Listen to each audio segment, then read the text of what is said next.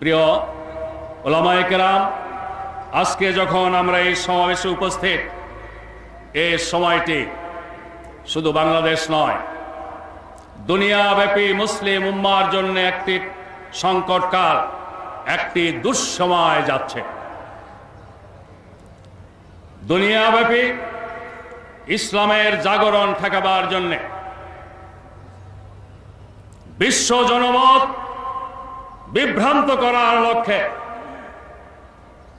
মুসলমানদের চিরন্তন দুশ্মন জায়নবাদী ইহুদিবাদী গোষ্ঠী নিজেরাই জঙ্গিবাদী প্রতিষ্ঠানের জন্ম দিয়েছে, লালন করছে, তাদের পরিকল্পনা বাস্তবায়নে ব্যবহার করছে, আর তথ্য সন্ত্রাসের মাধ্যমে তাদের অপকর্ম, তাদের দুষ্কর্মের দায় দায়িত্ব ইসলামের উপরে, ইসলামী সংগঠন প্রতিষ্ঠান আলেম ওলামার উপরে চাপাবার অপকৌশল, অপচেষ্টা চালাচ্ছে।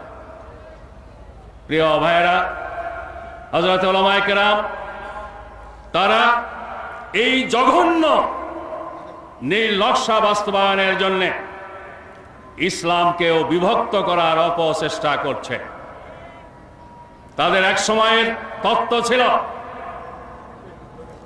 ইসলাম রাষ্ট্রীয়ভাবে যারা কায়েম করতে চায় তাদেরকে রাজনৈতিক ইসলামের ধারক বাহক মনে করে প্রকৃত ইসলাম, আধ্যাত্মিক ইসলাম, যেগুলো রাজনীতি, অর্থনীতি, শিক্ষা, সংস্কৃতিকে দূরে থাকে, সেভাবে গোটা বিশ্বে ইসলামকে বিভক্তি করার অপপ্রয়াস চালিয়েছে।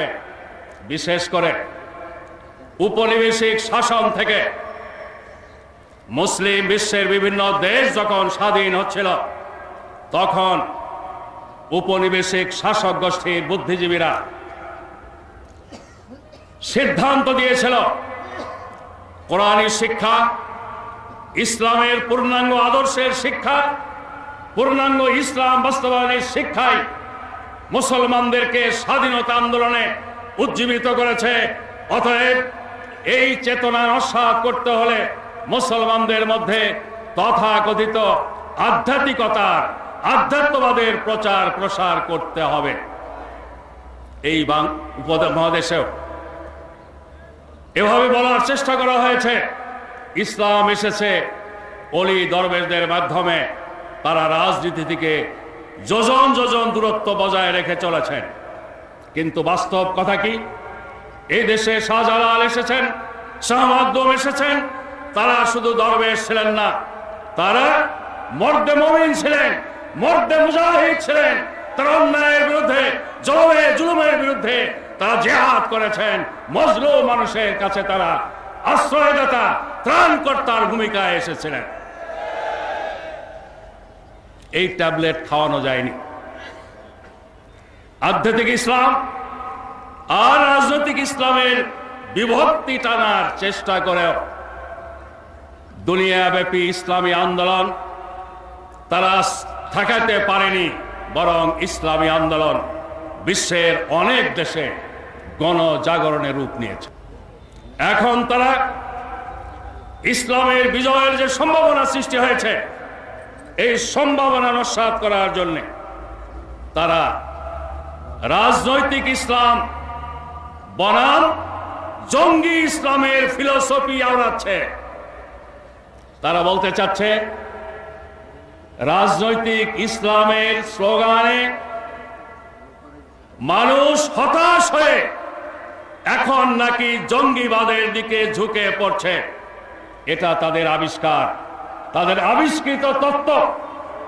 সত্য প্রমাণ করার জন্য মুসলমানদের মধ্য থেকে ইসলামের লেবাসধারী, বিভ্রান্ত, পথভ্রষ্ট কিছু লোকদেরকে তারা তাদের পরিকল্পনার আওতায় জঙ্গিবাদী কর্মকাণ্ডে নিয়োগ করেছিল।